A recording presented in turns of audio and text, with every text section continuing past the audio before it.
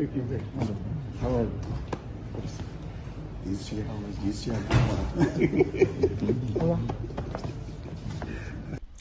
is 15th of December 2023.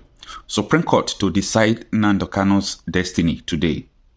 All is now set for the Supreme Court to deliver judgment to decide the fate of the leader of the Indigenous People of Biafra, Ipob, Mazi Nnamdi Kanu today. Nnamdi Kanu has been in detention since June 2021 when he was arrested in Kenya and subjected to extraordinary rendition to Nigeria. With his return, the Nigerian government arraigned him before the Federal High Court in Abuja on a 4-count charge of treasonable felony, conspiracy to commit treasonable felony, illegal importation of radio equipment, and defamation of former President of Nigeria, Muhammadu Buhari. The charges were later withdrawn by the former Attorney General of the Federation, Abubakar Malami, who replaced them with a fresh 14-count charge bordering on terrorism and membership of a proscribed group. The court reduced the charge to 7 counts, which the appeal court later quashed. Dismissed by the verdict of the appeal court, the Nigerian government filed an appeal at the Supreme Court.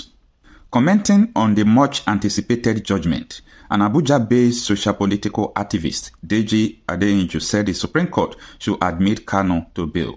He said, "My hope is that the Supreme Court will deliver a judgment that is acceptable to everyone. But no matter what the Supreme Court delivers, it will not be acceptable to some." In the case of Ojukwu versus the Lagos State government, once the right-thinking members of the public go home believing that the judiciary is biased, then it defeats the purpose for which the judiciary was set up. Our appeal to our judges is that they should deliver a judgment that will make citizens have confidence in the judiciary. Politicians must not be bad losers. They must learn to accept defeat when they lose elections. Kanu should be admitted to bail. Bail is not an escape from justice. It is an opportunity for the defendant to amply defend himself. In my view, this idea of turning people into political prisoners is unacceptable. Those two applications. Now, Nnamdi Kanu has been going to court for so many times, from the Federal High Court to the Appeal Court. They have dismissed the federal government's case against Nnamdi Kanu and discharging Nnamdi Kanu acquitted. It was the federal government that also went to this Supreme Court. But it is very important for you to know the level of the judgment that was delivered before today. Listen to Nnamdi Kanu counsel, the senior advocate of Nigeria, Mike Ozekume, as he speaks. All the 15 counts in the charge are bad, and bad. Like I described it before the court, they are as dead as dodo. All that the court requires is to give them a decent burial. Because there is nothing whatsoever in the counts at all. You are accusing Nnamdi Kanu of making some broadcast.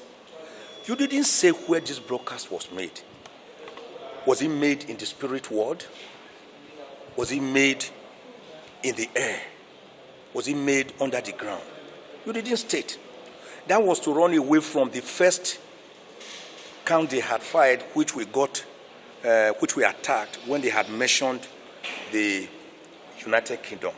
So they thought that by not mentioning a place, they had gotten away from it. But as a matter of fact, they have worsened their case because the Federal High Court Act says specifically, Section 34, that you must state the very location, specific location where an offense had been committed. That is one. They couldn't state any. They say made broadcast, and that the broadcasts were in furtherance of some treasonable acts. For you to charge a person with furthering treason, you must have to charge the person with treason. Nnamdi Kanu is not charged with treason here. We call it the predicate offense. It is from this predicate offense that the acts of furthering will emanate. So they are building castles on empty air. There's nothing to support it. You are saying that the broadcast he made led to protests, violent protests in the east and in Lagos, affecting Lagos transportation system. Does this court have jurisdiction territorially over Lagos and matters that happen near Uli, near Ihiala, in Anambra State? No. Does this court have jurisdiction over matters if there was an offense committed, for example, say in UK? Does this court have jurisdiction over matters that happen in UK? Answer, no. Because this court cannot exercise jurisdiction on matters within a sovereign land, another country that has sovereignty under international law. Another major point is that you are trying this man, saying for committing, for belonging to a proscribed organization. And I must now say this, contrary to what the prosecution said last time.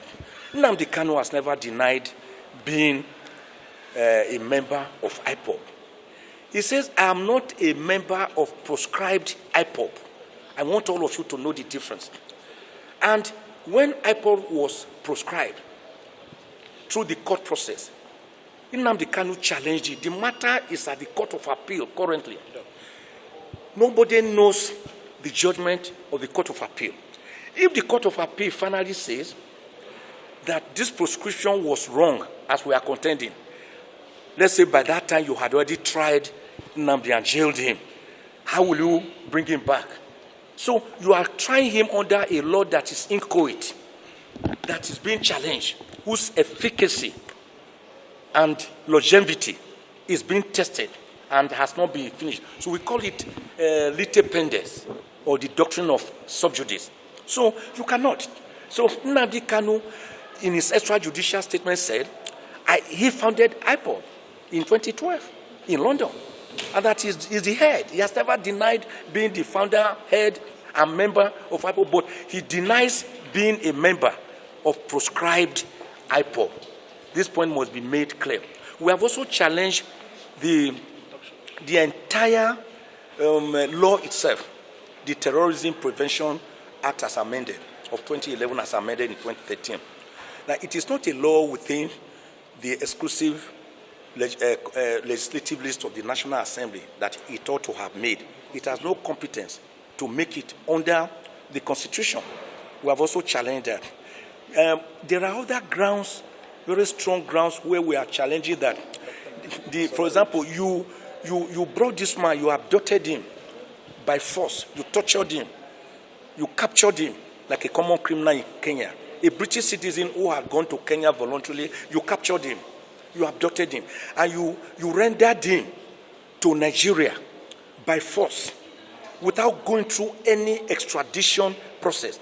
And all the laws governing this matter, like Article 12, sub 4, Article 34 of the African Charter on Human and People's Rights, like sections 4 to 6 of the terrorism and other acts within the Commonwealth jurisdiction, and even Part 5A of the guidelines issued pursuant to the African Charter on Human and People's Rights, say that before you can try a person for an offense, you have to show that the person was rendered freely and voluntarily, lawfully, to your country from the country where he was, maybe as a fugitive or as a visitor.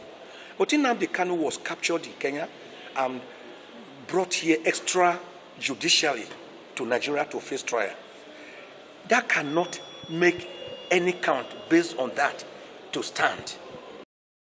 That was the last court judgment that they went. When you look at the count charges in this case, you would understand that the law is not holding Nnamdi Kanu, but the federal government, they are holding him intentionally, because maybe they think if they release this man will also begin to disrupt so many things that they are doing. So that is the point of my view about this case, that actually federal government don't even have the right to hold him, and they keep on postponing the court judgment just to make sure that he stays in DSS custody, not to disturb the government. That is my point of view. What do you think about this? Let your opinion count on the comment section. Thank you for listening.